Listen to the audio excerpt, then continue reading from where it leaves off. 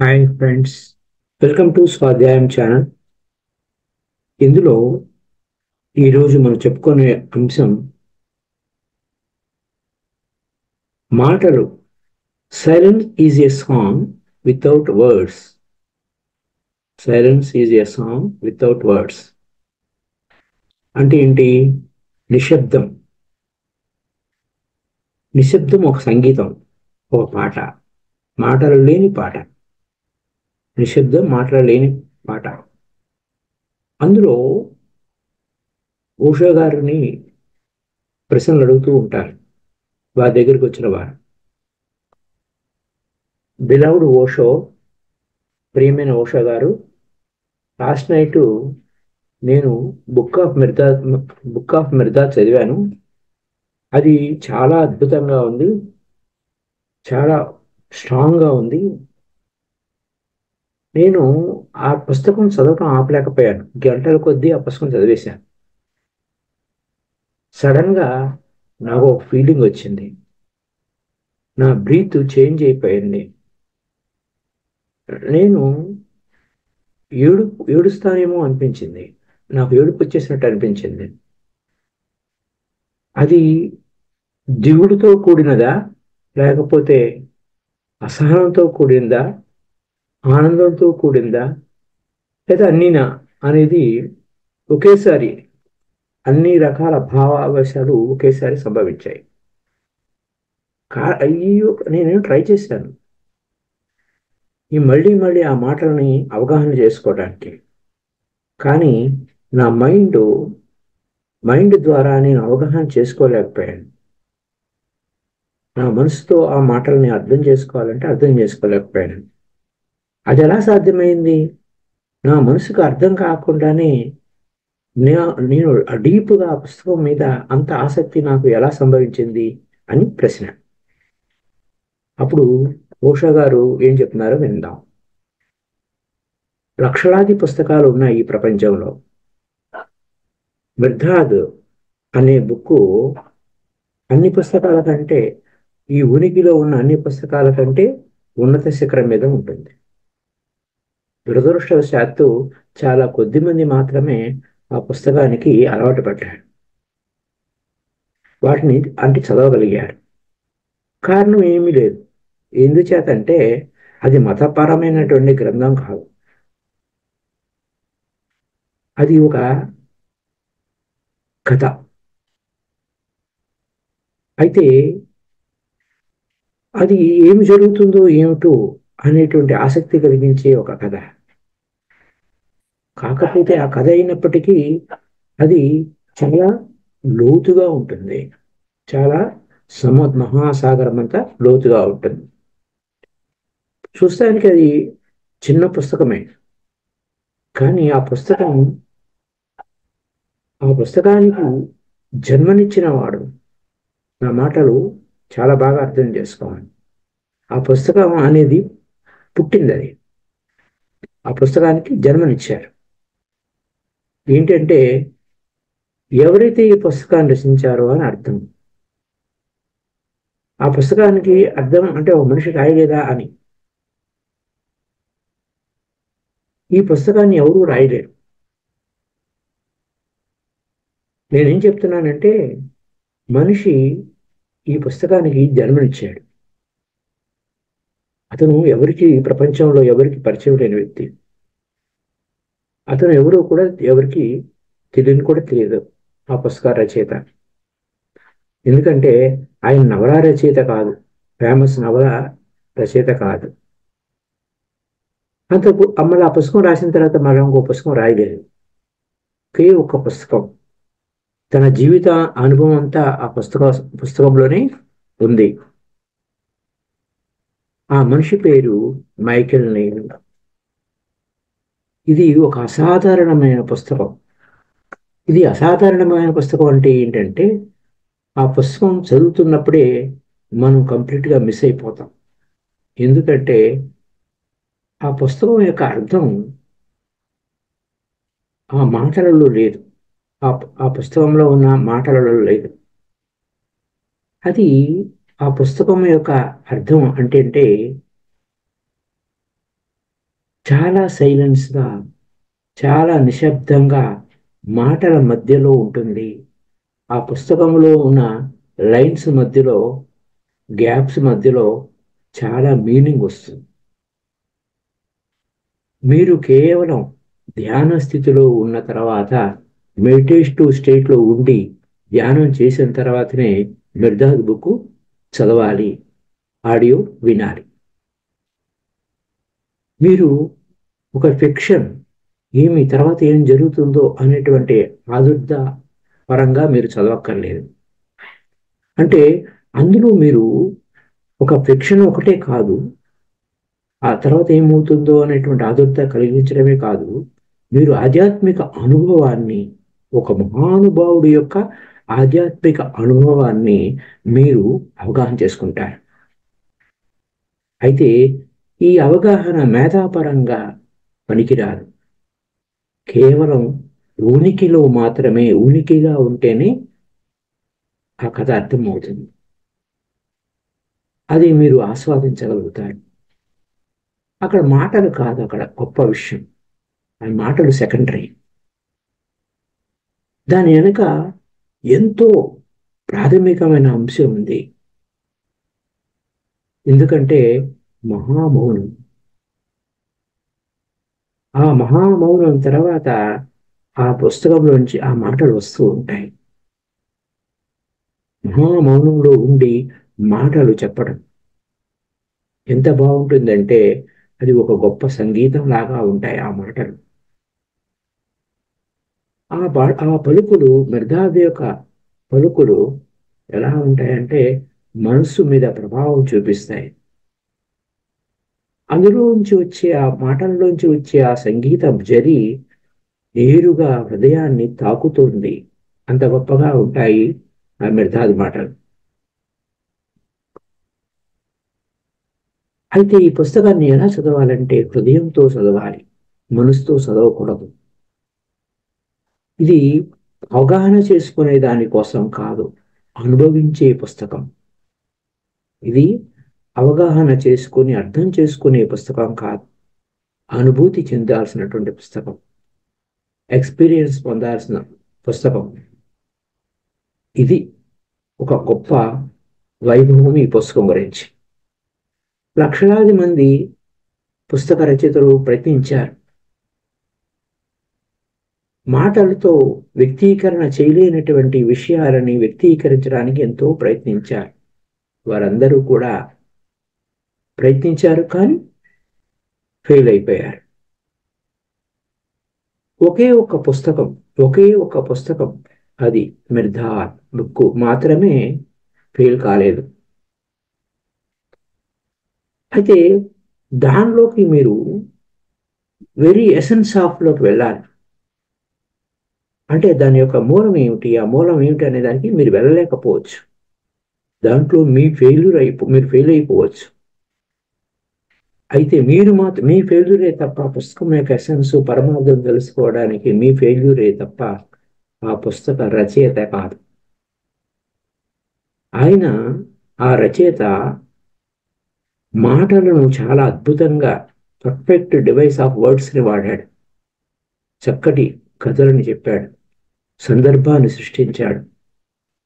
మీరు అనుమతిస్తే ఆ బుక్ సజీవంగా సజీవ చిత్రీకరణగా మన కంటి ముందు కనపడుతుంది. ఆ క్యారెక్టర్ అక్కడ నటులంతా మన ముందుకు సాక్షాత్కరిస్తారు సజీవంగా, మీరు అనుమతిస్తే. సహజంగానే మీరు ఆ స్థితికి రాలేకపోతే మీకు ఆశ్చర్యంగా అనిపిస్తుంది, దిగులుగా అనిపిస్తుంది. అయితే ఇక్కడ ప్రశ్నించిన వాళ్ళ వ్యక్తి ఎలా ఉన్నారు? ఆయన దిగులుగా ఉన్నాడు, ఆనందంగా ఉన్నాడా, దిగులుగా ఉన్నాడా? అది దిగులో తెలియదు, ఆనందమో తెలియదు. అలాంటి స్థితిలో ఉన్నాడు. కళ్ళంపడ నీళ్ళు వస్తూ ఉంటాయి. అయితే ఆ కళ్ళంపడ నీళ్లు వచ్చేవి దిగులుతో వచ్చే నీళ్లు ఉంటాయి, ఆనందంతో వచ్చేటువంటి నీళ్లు కూడా ఉంటాయి. బాగా ఎక్కువ ఆనందం వచ్చినా కంటెంపడి నీళ్ళు వస్తూ ఉంటాయి. మీరు ఒక పాయింట్ గుర్తించానన్నారు ఆ పుస్తకం చదివినప్పుడు. ఏంటంటే మీరు అంత పూర్వం అలా లేరు. అయితే అంచేత మీరు ఇప్పుడున్న ఈ వర్తమాన స్థితి ఫలానిది అని మీరు గుర్తించలేకపోయారు. దానికి మీరు లేబుల్ వేయలేకపోయారు. మీ పూర్వ అనుభవం మీకు లేదు కాబట్టి దాని మీద మీకు ఇలాంటిది అలాంటిదని మీరు చెప్పలేకపోయారు. అయితే పేరు పెద్ద విషయం కాదు. మిర్దాద్ అనే పేరు పెద్ద విషయం కాదు. ఏమిటయా మ్యాటరు అంటే అది మనల్ని మనం అధిగమించే గొప్ప స్థితికి తెలియజేస్తుంది. పూర్వం కన్నా మనం ఆకాశంలో విహరిస్తే ఉన్నట్టు ఉంటుంది. అవిదితంగా ఉన్న ఒక అద్భుతమైన ప్రదేశంలోకి ప్రవేశించామా అన్నట్టుంటుంది. అది తెలియదు, మనకు అవిదితంగానే ఉంది. మనం నోటితో దాన్ని మనం వ్యక్తీకరించలేకపోవచ్చు. దానికి ఒక పేరు మనం పెట్టలేకపోవచ్చు. ఆ పేరు కూడా మిర్దాద్ అనే పేరు కూడా మనకు ఎవరికి తెలియకపోవచ్చు. కానీ పాయింట్ ఏంటంటే ఇప్పుడున్న ఈ స్థితి దుఃఖం అనిపిస్తుంది. ఎందుకంటే జీవితంలో అవేర్నెస్ అనేది ఎలా ఉంటుంది, ఎంత అద్భుతంగా ఉంటుంది అనే దానికి మన జీవిత కాలంలో ఇంతవరకు తెలుసుకోలేకపోయామే. ఇంత గొప్ప అవేర్నెస్, ఇంత గొప్ప సాహిత్యం అని మనకు అనిపిస్తుంది. ఇప్పటి వరకు మనం ఇలాంటి జీవన రీతిలో మనం లేమి అన్న దిగులు మనకు ఏర్పడచ్చు. జీవితం అంటే ఇప్పుడే, ఈ రోజే, ఈ పుస్తకాన్ని అనుభూతి పొందిన తర్వాతే నాకు ఈ జీవితం అంటే ఏంటో రుచి తెలిసింది అని అనిపిస్తుంది. అయితే అది అంత గొప్ప దిగులు రావడానికి కారణం ఏంటి? నువ్వు సజీవంగా ఉన్నావు. ఇక్కడ ఈ కొత్త అనుభూతి నువ్వు పొందావు. ఈ కొత్త అనుభూతిని నువ్వు తెలుసుకున్న తర్వాత నీ జీవితం అంతా ఈ ప్రాపంచకపరమైన విషయాల వెంటే పడింది ఏమిటి? అర్థం లేని విషయాల వెంట పడింది ఏమిటి? ఇంతకంటే ఇది జీవించినట్టు కాదు. ఇప్పటి వరకు జీవించిన జీవితము జీవించినట్టు కాదు. కానీ మరణం కన్నా జీవితం, గొప్ప జీవితం ఉంది అనిపిస్తుంది. అలాంటి గొప్ప జీవితాన్ని నేను ఇంతవరకు లేదేంటి అని అనిపించ కూడా అనిపిస్తుంది. అంత మునుపు ఎందుకు లేను ఇలాంటిది? అది ఎంతో సన్నిహితంగా ఉంది కదా. ఒక జస్ట్ స్టెప్, ఒక అడుగే వెనుక ఉన్నాను. ఆ ఓల్డ్ మైండ్ వెనక ఒక అడుగు వెనక ఉన్నాను. ఆకాశం అంతా విస్తారంగా ఉంది. ఆకాశం నిండా నిండినటువంటి నక్షత్రాలు నా కోసం ఎదురు చూస్తూ ఉన్నాయి. అన్నీ అందుబాటులోనే ఉన్నాయి. నేను ఈ యొక్క చిన్న శరీరం అనే ఈ జైలులో ఉండిపోయాను. ఎవరు నన్ను ఈ జైలులో పెట్టలేదు. నీకు నువ్వే ప్రిజనర్గా ఉండిపోయావు. నీకు నువ్వే ఖైదీ అయిపోయావు. నీకు నువ్వే ఖైదు విధించుకున్నావు. నువ్వే ఆ జైలర్వి, నువ్వే ఆ జైలు అధికారివి, నువ్వే ఆ జైల్లో ఉన్న ఖైదీవి నువ్వే. అందుకోసమే ఈ దిగులు. గతంలోకి ఒకసారి తొంగి చూడు. కానీ గతంలోకి తొంగి చూడటం వల్ల నీకు దిగులే ఉంటుంది. కానీ వర్తమానంలో చూస్తే ఒక అద్భుతమైన బ్రహ్మానంద స్థితి వస్తుంది. ప్రశాంతత వస్తుంది. అప్పుడే ఈ అద్భుతమైన స్థితిలో, ఆ ప్రశాంత స్థితిలో మిర్దాద్ బుక్ మనకు అవగాహన అవుతుంది. అది కూడా ఆ మహామౌన స్థితిలోనే. సౌండ్ ఏం రాదు. ఆ మహామౌన స్థితిలోనే మనకు అర్థమవుతుంది. సైలెన్స్ అంటే ఏంటి? Absent of sound. నిశ్శబ్దం అంటే ఏంటి? ఏ శబ్దము లేని ఏ శబ్దము లేని నిశ్శబ్దం. శబ్దం అంటే ఏ శబ్దము లేదని అర్థం. సౌండ్కి ఆపోజిట్ కాదు. ఇక్కడ సైలెన్స్ అనే దానికి సౌండ్కి ఆపోజిట్ కాదు. సౌండ్ అంటే శబ్దం, నిశ్శబ్దం అంటే శబ్దం లేకుండా ఉండటం అనే ఆపోజిట్ కాదు. అంటే ఎలా ఉంటుందంటే సంగీతం వినపడుతుంది, కానీ ఏ ఇన్స్ట్రుమెంట్స్ లేకుండానే సంగీతం వినపడుతుంది. పాట వినపడుతుంది, కానీ ఏ మాటలు దాంట్లో రావు, ఏ మాటలు దాంట్లో లేవు, కానీ పాట వినపడుతుంది. అలా మాటలు లేని పాట, ఇన్స్ట్రుమెంట్స్ లేని సంగీతం, అది అక్కడ విశేషం. ఇది ఈ విషయంలో మిర్ధాద్ బుక్కుని ఆ స్థాయికి మనం చేరుకున్న తర్వాత చదివినప్పుడు ఫస్ట్ టైం మనకి ఫీల్ అవుతుంది. ఇప్పుడు వరకు నేను నా ఆలోచనలతోనే నా జీవితం అంతా సరిపోయింది. ఈ నా హృదయం యొక్క ద్వారాలు ఇప్పుడు ఓపెన్ అయినాయి.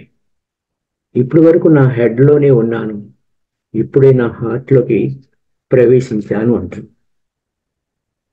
ఇది మిర్ధాద్ బుక్ గురించి ఒక చిన్న అంశం. అయితే ఒక చిన్న కథ ఉంటుంది దీనికి సంబంధించింది.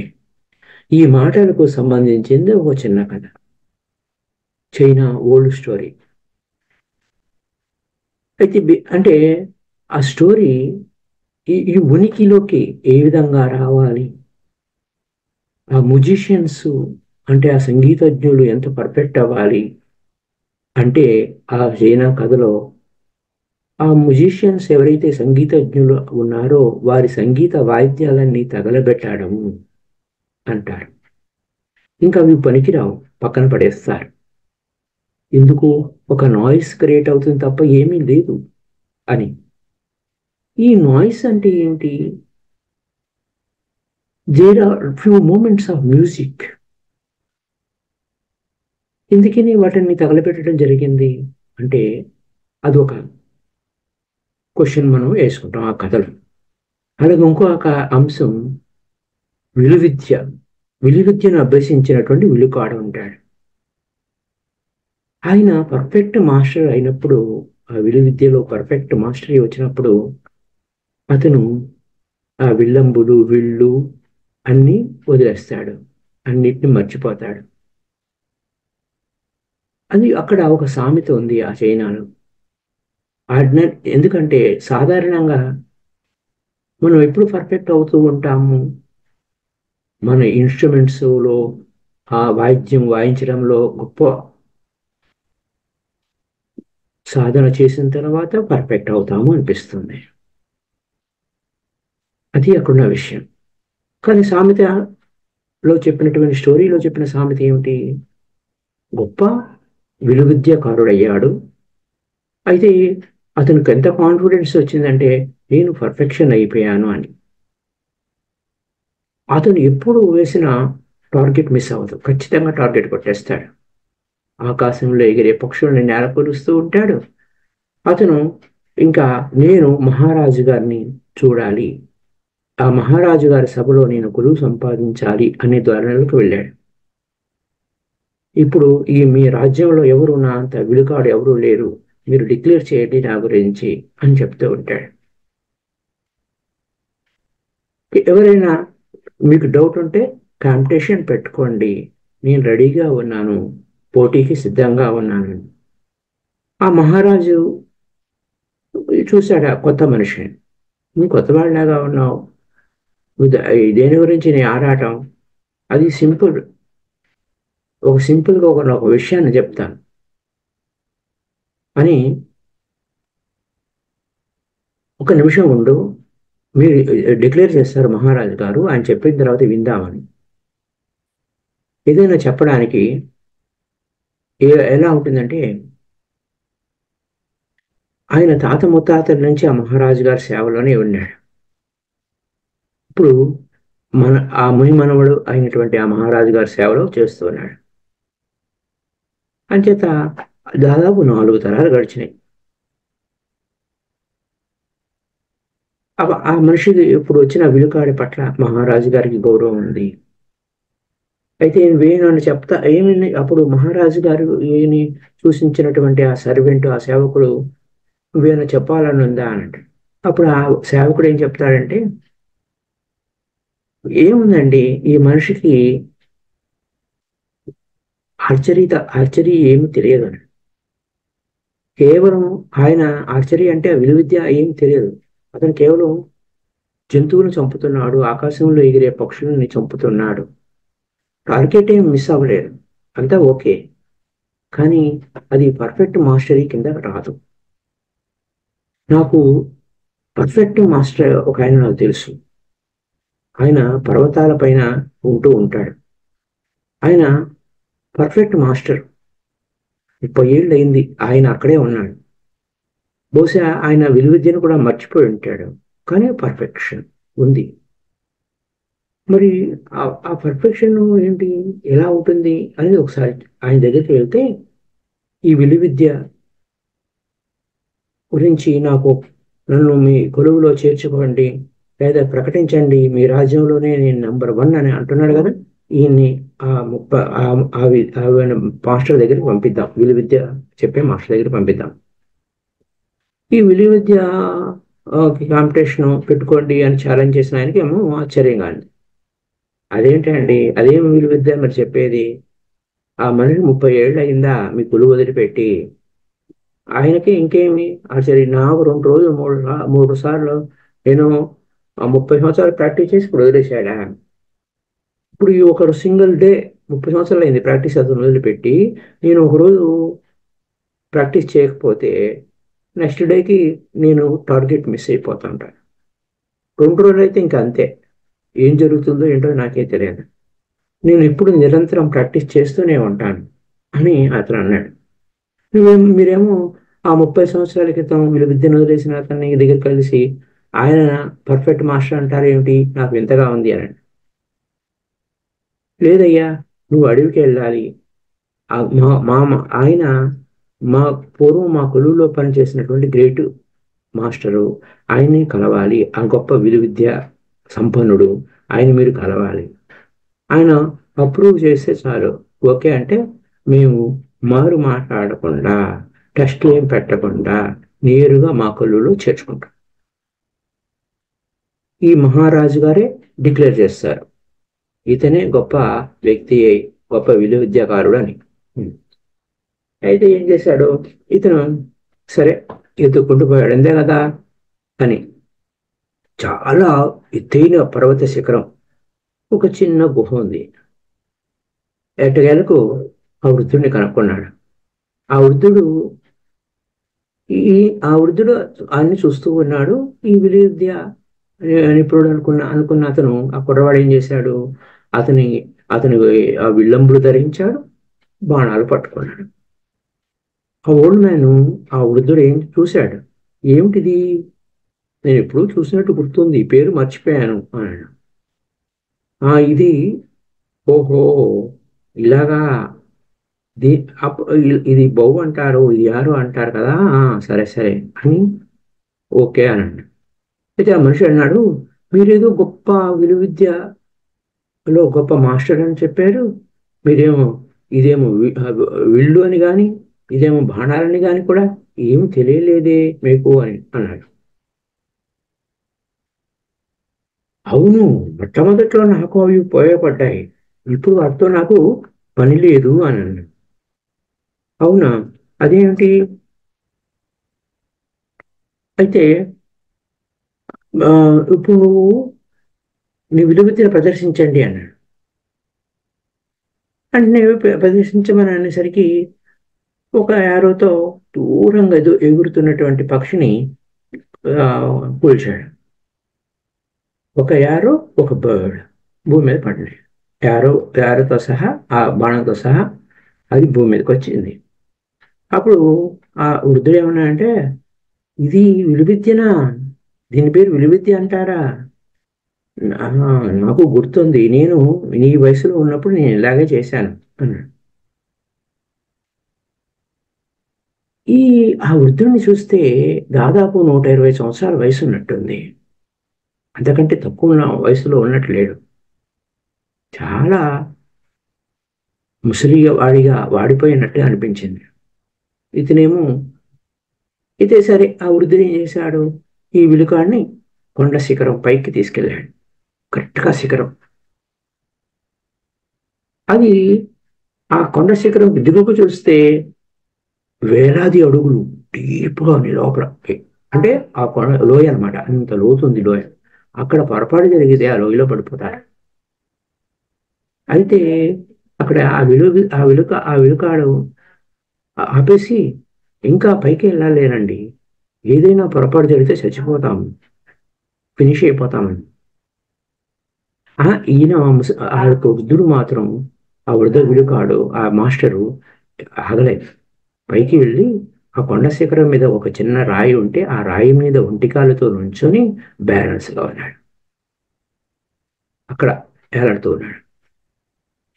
ఒక కాలు మీద నుంచున్నాడు. రాయ్యా, ఓ గొప్ప విలుకాడా, రా రా, నువ్వు ఇప్పుడు నేను చేసినట్టుగా నువ్వు నుంచో, ఇలా నుంచోగలవా? అలా నుంచుంటే విలువిద్య యొక్క రహస్యం నీకు అర్థమైనట్టు.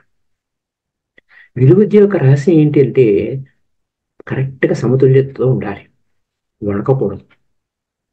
నువ్వు వణికావనుకో, నీ లోపల వణుకు కనుక ఉంటే యారో ఆ బాణం పర్ఫెక్ట్గా ఉండదు.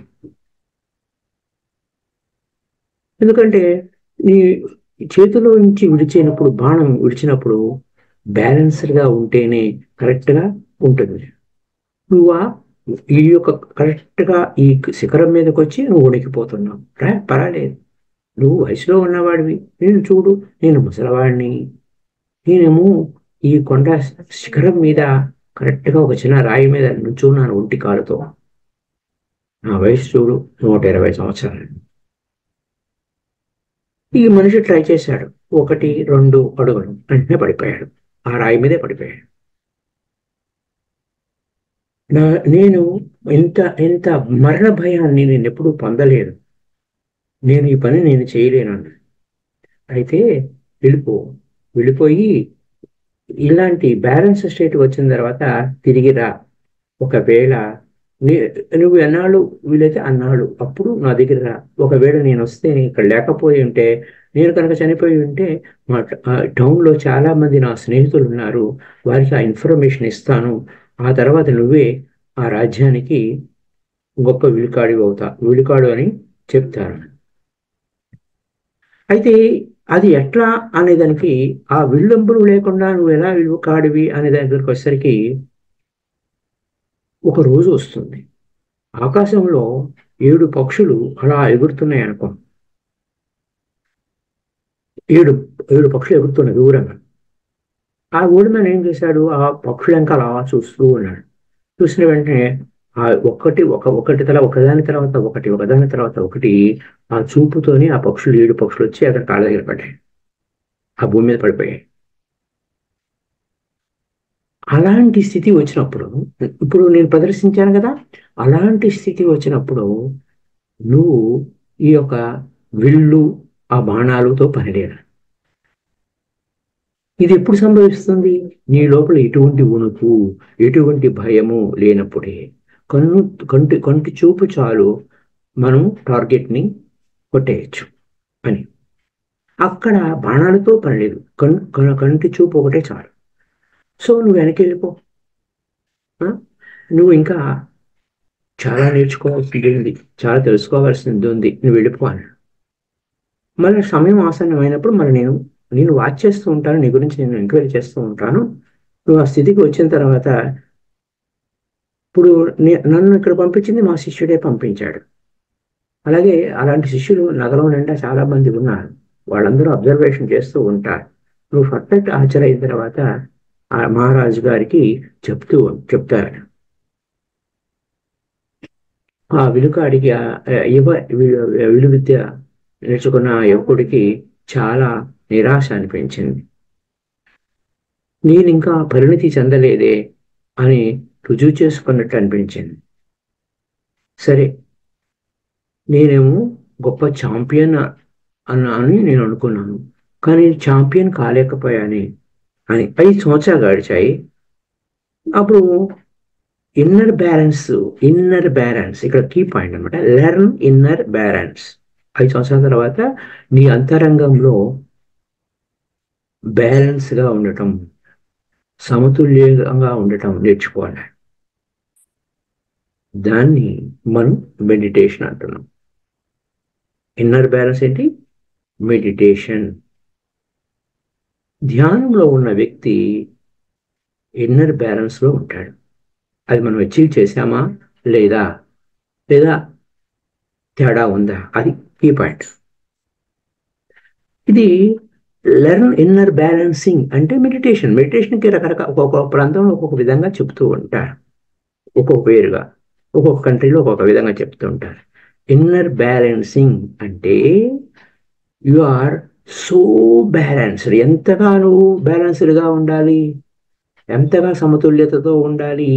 నీ అంతరంగంలో, నీ కేంద్రంలో నువ్వు ఉంటే కరెక్ట్గా బ్యాలెన్స్లో ఉంటావు. అక్కడ నీకు ఏ ఉణుకు ఉండదు. ఆ విధంగా నువ్వు నీ అంతరంగంలో ఉన్న మౌనంలోకి వెళ్ళు. అక్కడ ఏ అటు ఇటు పోదు, ఏ గాలి ఉండదు. As if you are not, అసలు నువ్వు ఉన్నావా లేవా అనేది అక్కడ ఉంటుంది. 5 సంవత్సరాల తర్వాత ఆర్చర్ని చూడటానికి వచ్చారు. ఆర్చర్ ఇంటికి వెళ్ళంగానే ఆయన వాళ్ళు అక్కడ ఈ 5 సంవత్సరాల తర్వాత ఏంటి ఎలా చేస్తున్నాడు ఈ విద్య, విలుకాడు వచ్చాడు కదా నా దగ్గరికి, ఆ విద్య ఎలా ఉన్నాడని చూడటానికి ఏం చూస్తే 5 సంవత్సరాల తర్వాత అదేమో గోడకి ఏలాడదీశారు. వచ్చిన గెస్ట్ అడిగాడు ఏంటంటే అని. నేను గుర్తు చేసుకోవాలనుకుంటున్నాను, నేను మర్చిపోయాను, నేను ఒక వృద్ధుడిని కలిశాను, ఇప్పుడు అది కూడా అన్నీ మర్చిపోయాను అన్నాడు. అప్పుడు గెస్ట్ ఏం చేశాడంటే, ఓహో నేను విన్నానండి ఆ విలుకాడు గురించి అని.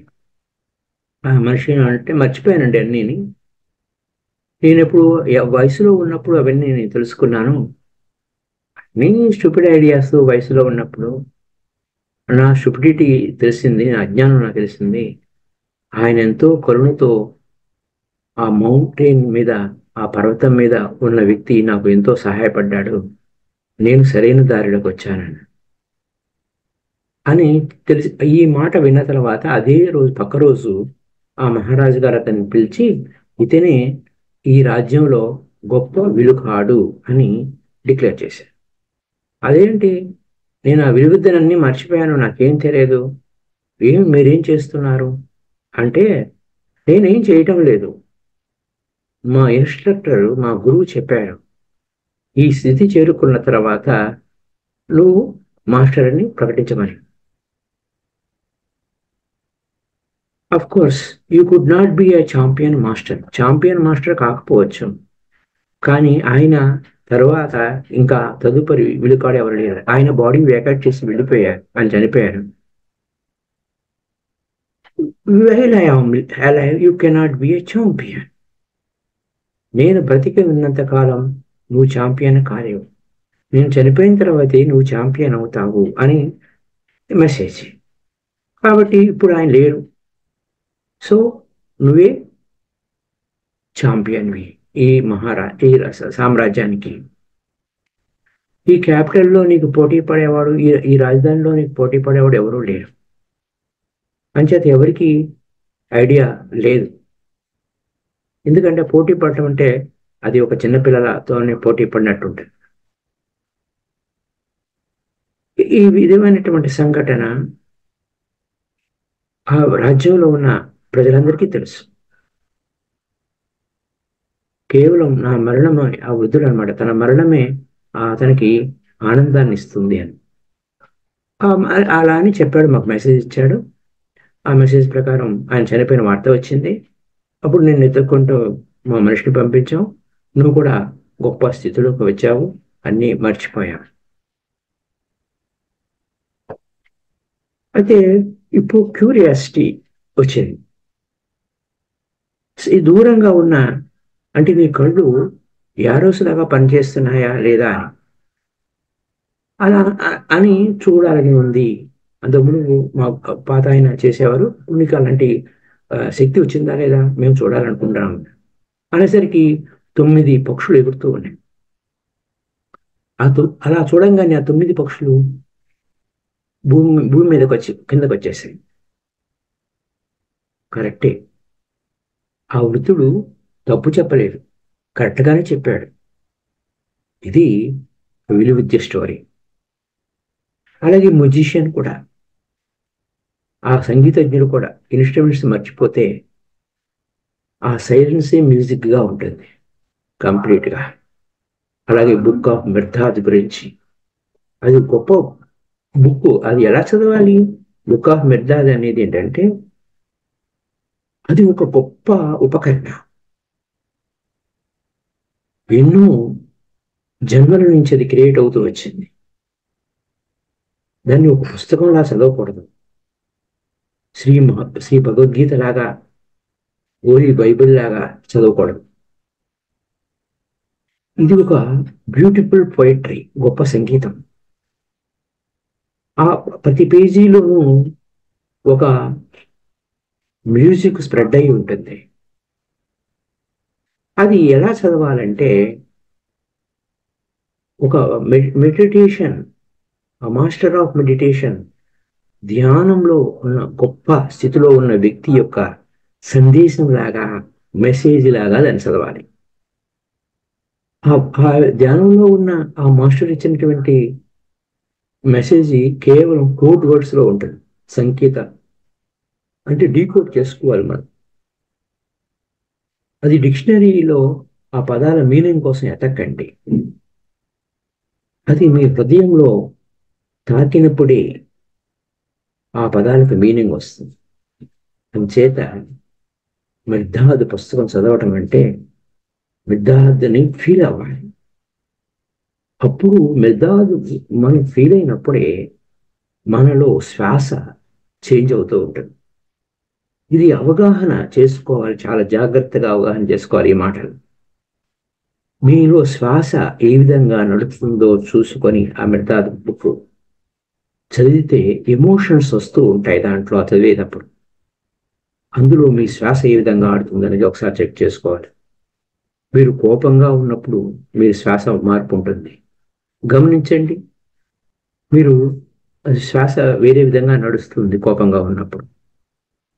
గందరగోళంలో ఉన్నప్పుడు, అందరితో కలిసి ఉండలేకనేటువంటి స్థితి ఉన్నప్పుడు మీ శ్వాస వివిధ రకాలుగా నడుస్తూ ఉంటుంది.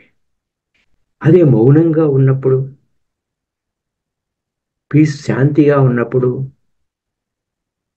చక్కటి సంగీతంలో ఉన్నప్పుడు, సామరస్యంతో ఉన్నప్పుడు శ్వాస విధంగా ఉంది అని గమనించాలి.